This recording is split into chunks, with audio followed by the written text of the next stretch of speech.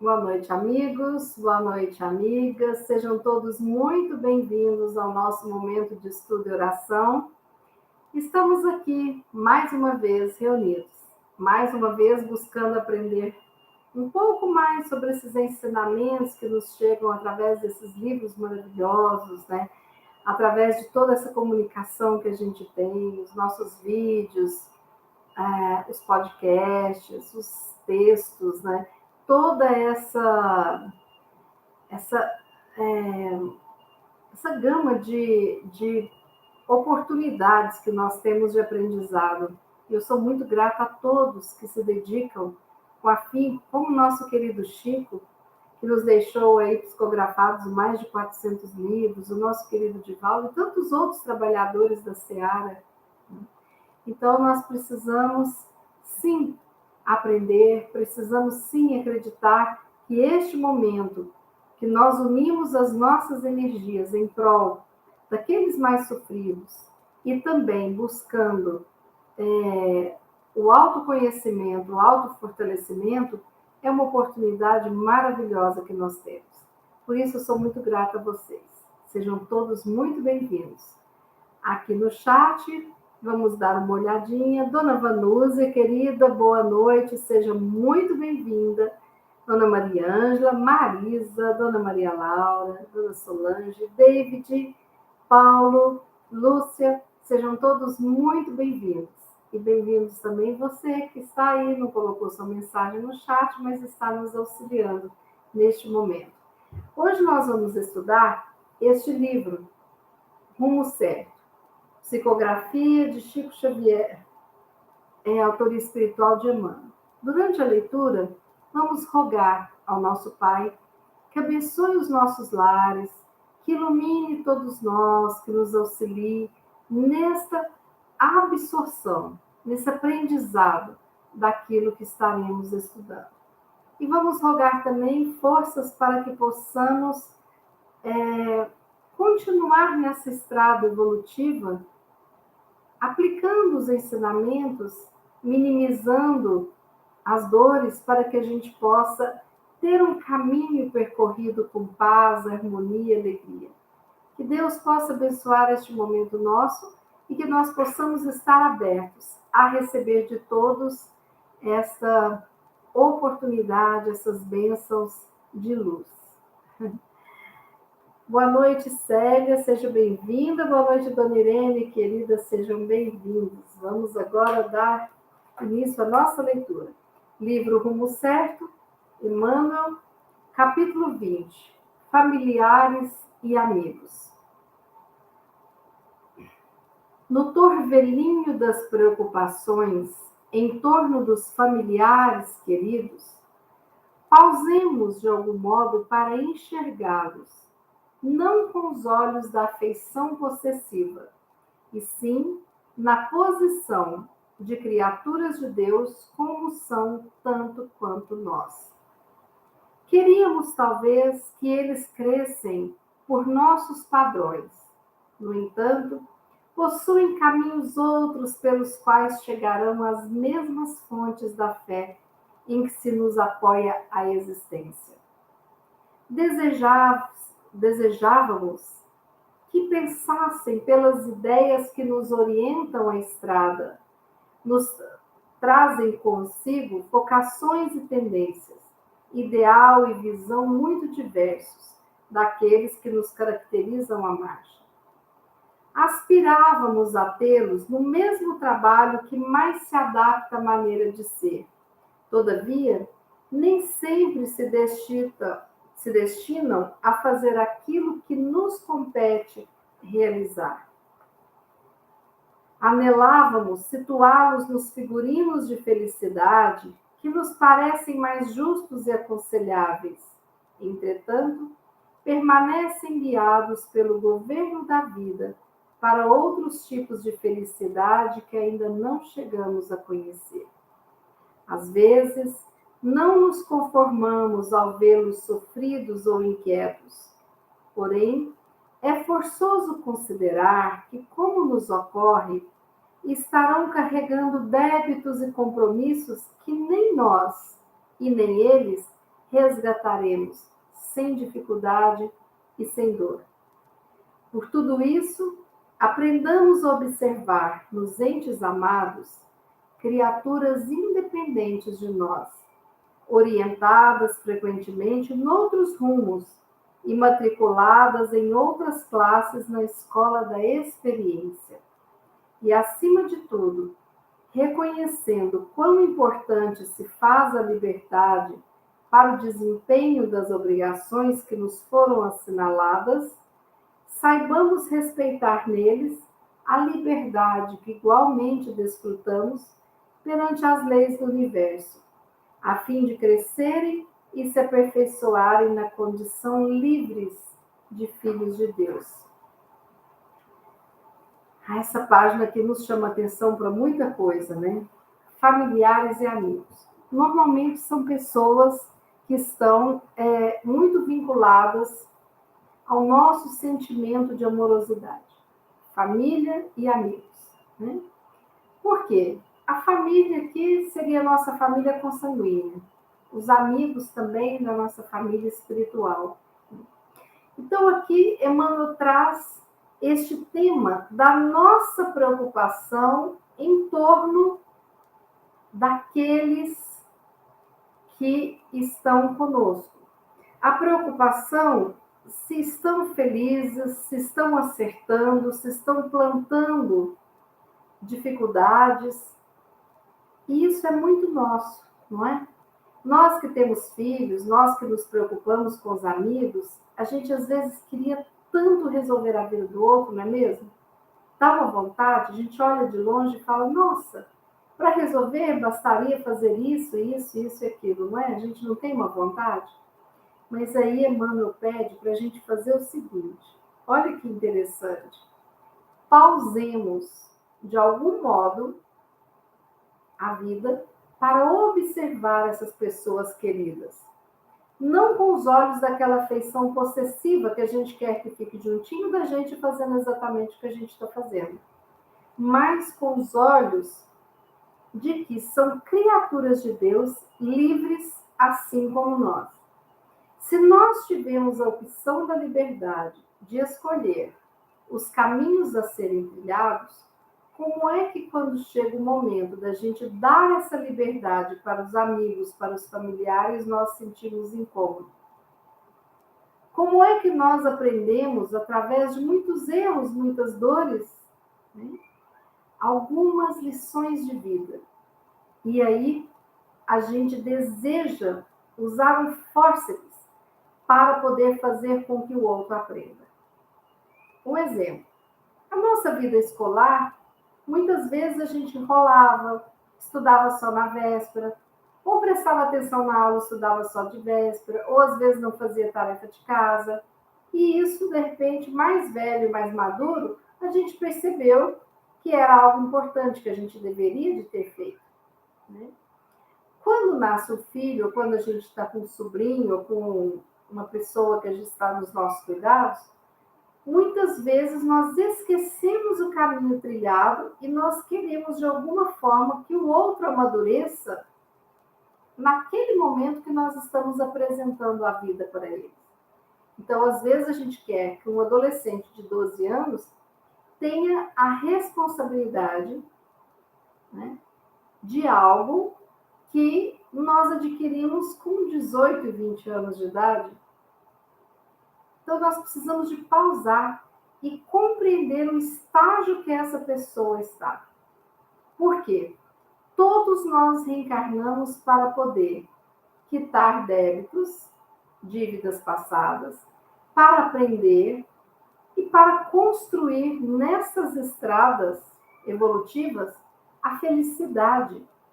Mas não é a felicidade como um fim. Eu vou encontrar a felicidade quando acontecer isso. Não. É o caminho a ser percorrido com felicidade. Então, essa ideia de que a felicidade seja a ausência de problemas, a ausência de dificuldades, a ausência de solidão e tudo mais, não é bem assim. A felicidade é você se sentir forte lidando com tudo isso que está na nossa trajetória. Então, se eu achar que só vou ser feliz se tiver saúde, e se aparecer uma doença na minha vida que eu vou ter que lidar com anos, eu vou escolher ser infeliz, né?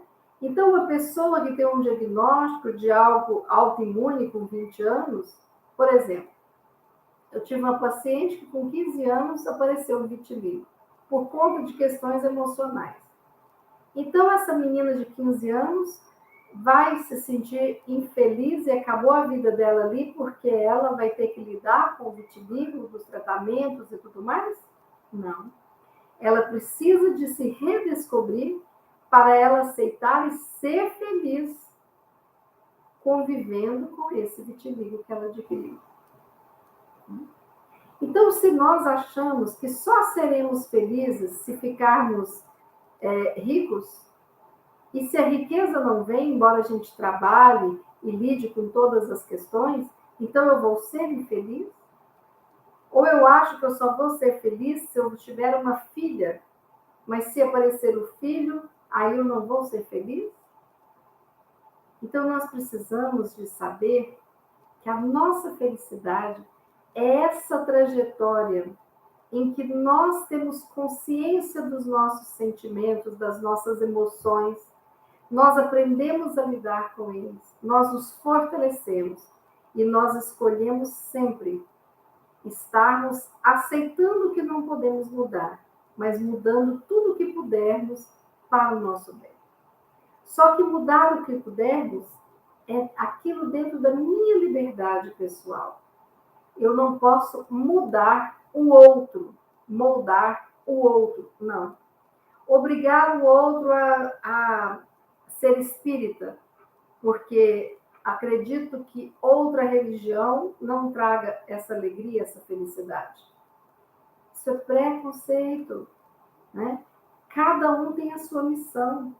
Sabe-se lá se a missão do outro seja dentro da igreja católica ou dentro de outra igreja, em que a pessoa se sinta plena e feliz. Divaldo tem nos falado que foi informado para ele que Francisco de Assis vai reencarnar, né? E possivelmente ele vai continuar um trabalho na Igreja Católica. Que ele tem, né, esses fiéis que precisam de seguir o rumo de uma espiritualização do terceiro milênio. Então, não é porque nós achamos que Francisco de Assis seja um espírito muito elevado, maravilhoso, que ele vai ter que reencarnar no meio espírita. Não é assim. Às vezes, alguém vem com a missão de ser um pastor em uma igreja, né, presbiteriana, por exemplo, e fazer um movimento maravilhoso naquela igreja. Então, nós precisamos de saber que os nossos filhos, os nossos familiares, são espíritos velhos, como nós, que já passamos por inúmeras encarnações. E tem débitos também diferentes dos nossos. Não é tudo que a gente tem que passar que o outro precisa de passar. Mas o outro tem o seu direito do livre-arbítrio. Se Deus deu a eles o direito do livre-arbítrio, quem somos nós para tirar isso? Né? E aí, gente, o que acontece? Muitas vezes nós queremos moldar o outro. E nós precisamos de entender que no núcleo familiar, pai, mãe, filhos, nem sempre o pai e mãe são mais sábios. Inúmeras vezes, aqueles pais mais ignorantes, e eu não estou falando apenas de uma vida escolar, mas ignorante em termos assim de conhecer as leis divinas, de ter uma maturidade espiritual, emocional. Muitas vezes esse papel está em um filho, outras vezes na nora, outras vezes no neto. Então, não é uma questão hierárquica de evolução espiritual de acordo com a idade, não é. Às vezes, pelo contrário, às vezes é aquele neto que vai ensinar o avô a crescer espiritualmente. A nossa angústia é muita. Como é que a gente vê um filho doente lidar com complicações? Deve ser muito difícil, eu não consigo me colocar no lugar. O sofrimento das mães que tiveram seus filhos com a vida ceifada pela Covid, ou por um câncer, ou por uma doença neurovegetativa. Então, isso deve ser uma dor muito grande, muito difícil, porque você, de bom grado, trocaria de lugar com aquele filho seu. Mas cabe a ele vivenciar esse momento. Porque ou nós acreditamos em Deus ou não acreditamos. E Deus, segundo Jesus, até uma folha que cai da árvore, ele está sabendo e está cuidando disso. Então, ele sabe dos nossos karmas. Ele sabe das nossas condições para poder levarmos esse karma num processo de aprendizado. E quando eu falo karma, às vezes a pessoa fala, isso é um karma. Karma igual sofrimento. Não. Não é isso. Muitas vezes, o karma, ele é a lição, ele é a reparação daquilo que eu preciso aprender. E eu posso entrar e passar por este karma feliz. Se eu aprender a ser feliz com as dificuldades. Um exemplo. Digamos que o meu sonho é ter uma casa própria. E eu financio um apartamento e vou pagando com aquela dificuldade por 25 anos. Todas as vezes que eu olhar para esse apartamento, que sacrifício horroroso, que coisa horrível eu pagar essa prestação, eu vou estar complicando essa minha obrigação. Agora, se eu olho com olhos de gratidão, nossa, paguei a prestação número 80, que fantástico, faltam só tanto. Nossa, estou na penúltima prestação, mês que vem eu vou quitar o meu apartamento. Que alegria! Você está trabalhando, você está lutando, você está pagando uma dívida com alegria, com gratidão pela realização. Sempre que nós estivermos num processo de karma, num processo de dor, de sofrimento, nós precisamos de saber que tudo tem fim e agradecer por termos passado por este processo de aprendizado, não é? Semelhante à dor do parto, nós sabemos o que nos espera, temos uma noção de como seja essa dor. Quando ela chega, tudo vai para o esquecimento, porque mesmo com aquela dor, você não deseja parar. Você deseja continuar, porque você sabe que logo você vai ter seu filho e sua filha nos braços. Quando você decide escolher um caminho de prestar um concurso, ou um exame, por exemplo, né?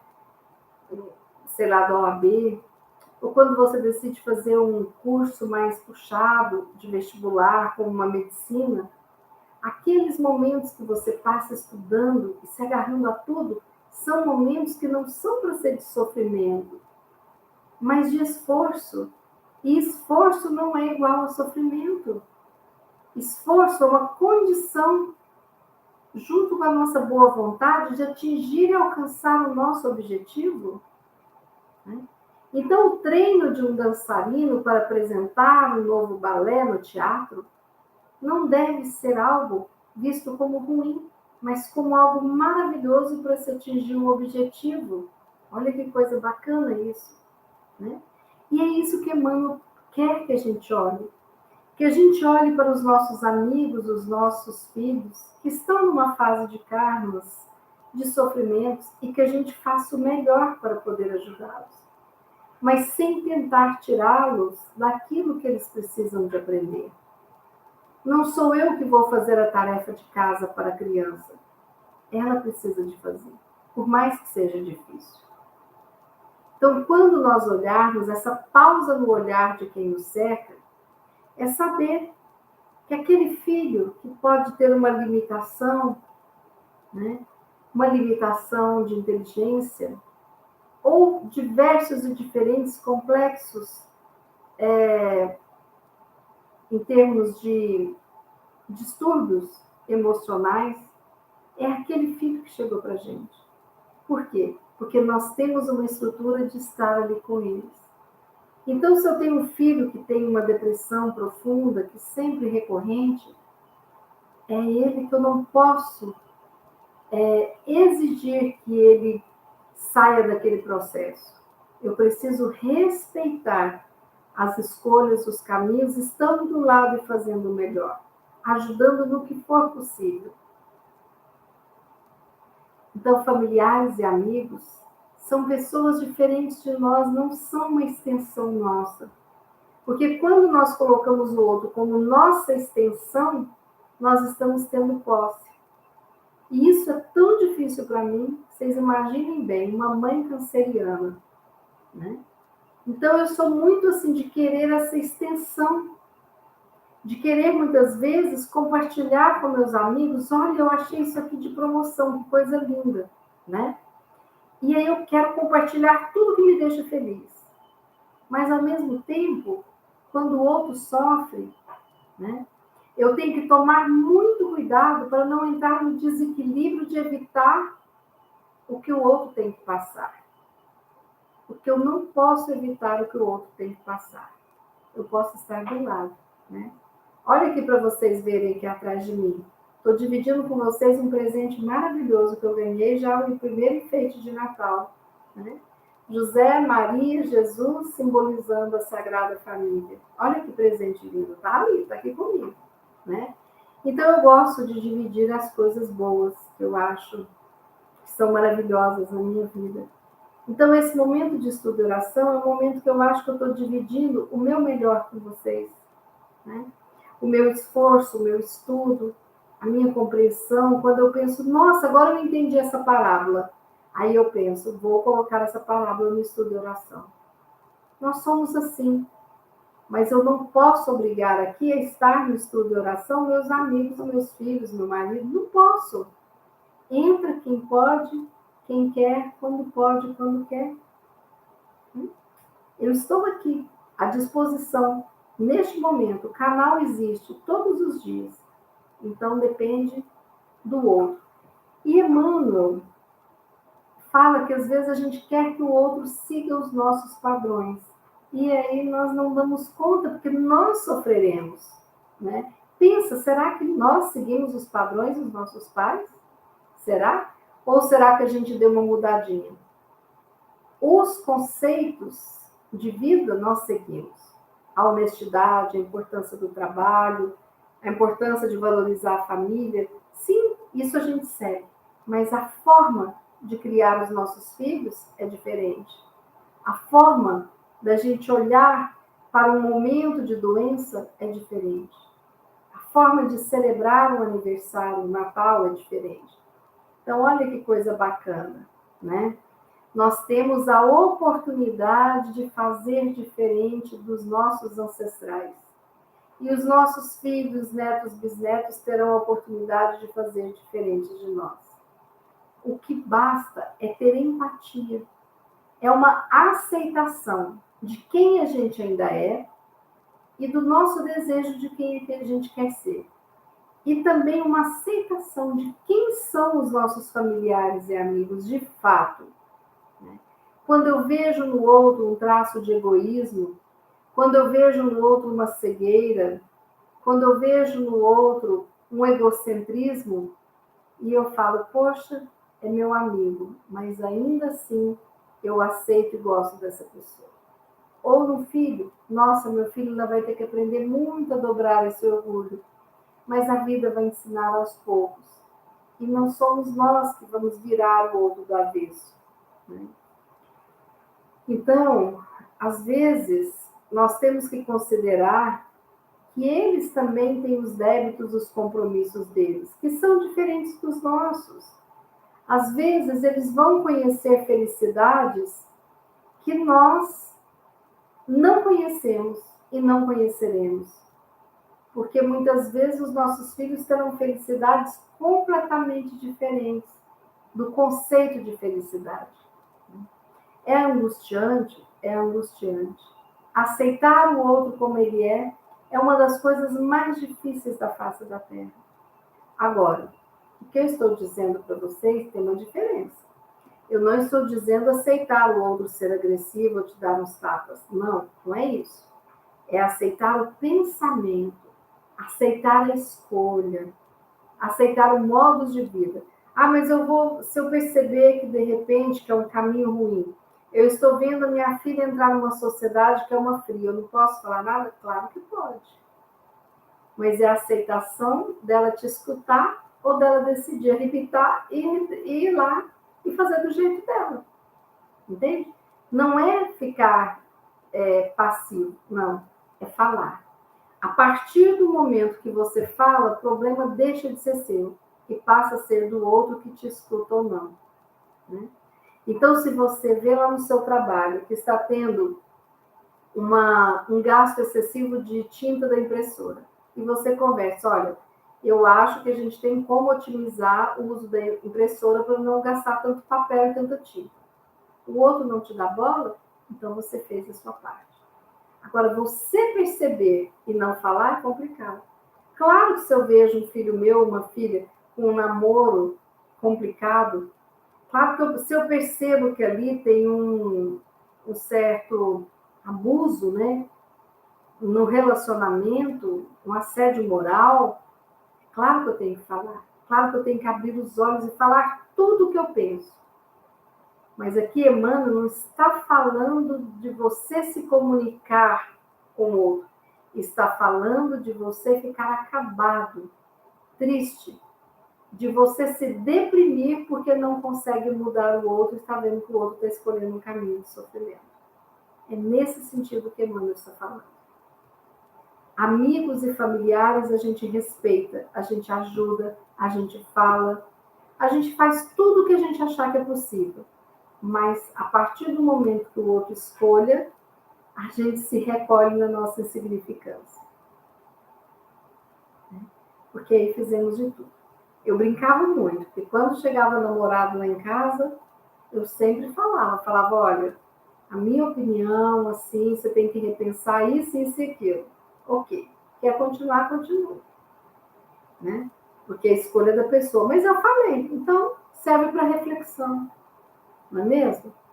A mesma coisa quando você vai estar orientando um aluno no doutorado, no mestrado. Você fala, olha, eu acho que se você for por esse caminho vai ser complicado, porque de repente pode esbarrar nisso e nisso. Parará. Aí o aluno quer seguir? É a escolha dele. Você vai deixar de ajudar? Não. Mas você vai saber que aquelas dificuldades você avisou. Então, ele vai ter que aprender lidando com essas dificuldades. Né? É aceitar o outro, sabendo que o outro vai melhorar, que o outro vai aprender. É porque a nossa visão é meio assim fechadinha de uma vida só. Né? Então, talvez o nosso filho não aprenda agora, mas ele vai aprender na próxima encarnação. Talvez não vai aprender nos seus 18, 20 anos, mas vai aprender com 40, 50 anos. E é essa angústia da espera, do processo do outro, que muitas vezes nos aniquila. E a partir do momento que o processo do outro nos aniquila, está errado. Essa relação não está legal. Né? Então, é essa reflexão. E outras vezes nós vamos desencarnar vendo as pessoas sem mudarem o processo do modo operante. E o que nós podemos fazer? É o livre-arbítrio. Agora, outras vezes, nós temos respostas maravilhosas. A gente chega, joga uma sementinha e a pessoa pega de uma forma maravilhosa e aquilo ali reproduz muito. É o solo fértil. Nem todos os nossos filhos, amigos e familiares têm esse solo fértil de receber a boa semente. Alguns estão mais secos, outros endurecidos. Quantas vezes a gente vê os filhos da gente se afastar de Deus, se afastar deste caminho do Evangelho, depois voltam lá na frente. Voltam por amor? Nem sempre, algumas vezes voltam pela dor, mas voltam. Então, às vezes, aquela dor que a gente pensa que vai ser horrível, ela vem para trazer a ovelha perdida. Não é mesmo? E aí, a nossa reflexão é essa que Emmanuel aqui fala. Aprendamos a observar nos entes amados criaturas independentes de nós, em outros rumos, matriculadas em outras classes da escola de experiência. Acima de tudo, reconheçamos a importância da liberdade no desempenho das obrigações. Saibamos respeitar a liberdade que eles usufruem perante as leis do universo. Liberdade essa que nós usufruímos. A fim de que os nossos familiares e amigos cresçam e aperfeiçoem na condição livre de filhos de Deus. Quantas e quantas vezes a gente julga o outro por uma dificuldade, a gente nem sabe o que o outro já fez. Então, inúmeras vezes o outro está bem limitado porque não tem a maturidade de ser livre. E às vezes a gente chora quando a gente não vê o outro livre. Mas às vezes o outro precisa ainda de estar mais apegado em alguns pontos da vida. Vamos refletir sobre isso. É uma lição difícil, né? Eu leio, releio, porque às vezes eu tenho vontade de botar todo mundo debaixo da asa e ficar. Mas quem disse que eu sei de tudo? Não sei. Então, aquilo que às vezes que eu penso que ia ser uma coisa boa, não foi. Né? E ainda bem que filho desobedece a gente. Eu vou contar um caso engraçado para vocês.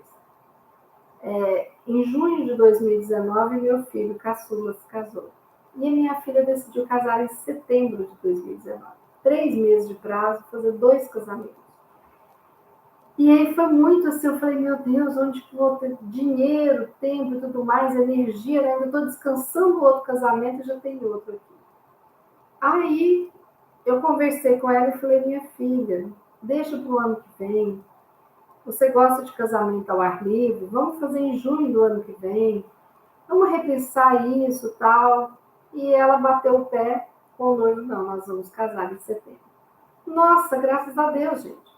Pensa bem, se ela tivesse me obedecido, não ia ter festa de casamento, não ia ter cerimônia ao ar livre que ela queria, não ia ser do jeito que ela quis. Então, ela teve o casamento que ela quis, com muito amor com a pessoa que ela ama e do jeito que ela queria, a cerimônia de casamento.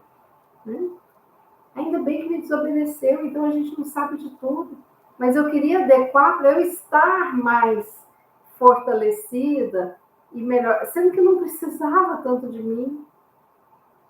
Aí eu aprendi essa lição e eu falei com ela, ainda bem que você me desobedeceu, senão até hoje não teria casado. Né? E aí é isso. Às vezes a gente tem a boa intenção, mas a gente erra. E às vezes nós acertamos, porque nós não somos perfeitos. Ainda bem que vem filho de vez em quando e desobedece a gente. Né? E ainda bem que a gente tem paciência. Quando eles desobedecem, dão errado, para que a gente acolha de novo para continuar no caminho. Família, amigo, o importante é esse amor que une. É a compreensão de que o outro não sou eu e eu não sou o outro. Pensemos nisso e vamos fazer a nossa oração de hoje.